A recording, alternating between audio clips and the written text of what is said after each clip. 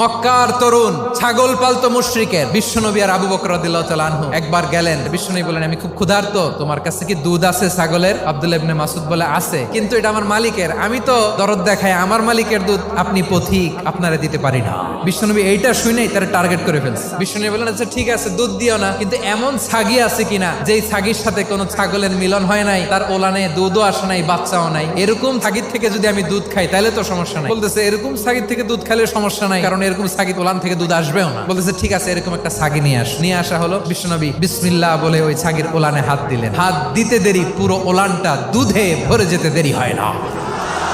বিশ্বনবী আর আবু বকর রাদিয়াল্লাহু তাআলা আনহু দহন করে পেট ভরে খেলেন। এই দৃশ্য আব্দুল্লাহ ইবনে মাসউদের হৃদয়ে দাগ কাটলো। এই মুজিজা দেখে তিনি বললেন, আশহাদু আল্লা ইলাহা ইল্লাল্লাহ। ওনাকে টার্গেট করে বিশ্বনবী দেখলেন এমন ইন্টেলেকচুয়াল ব্রেন, উনি সূক্ষ্ম সূক্ষ্ম জিনিস বুঝে বেশি, ফিকহি জ্ঞান ওনার মধ্যে বেশি। বিশ্বনবী ওনাকে কোরআনের জ্ঞান শিক্ষা দিতে লাগলেন।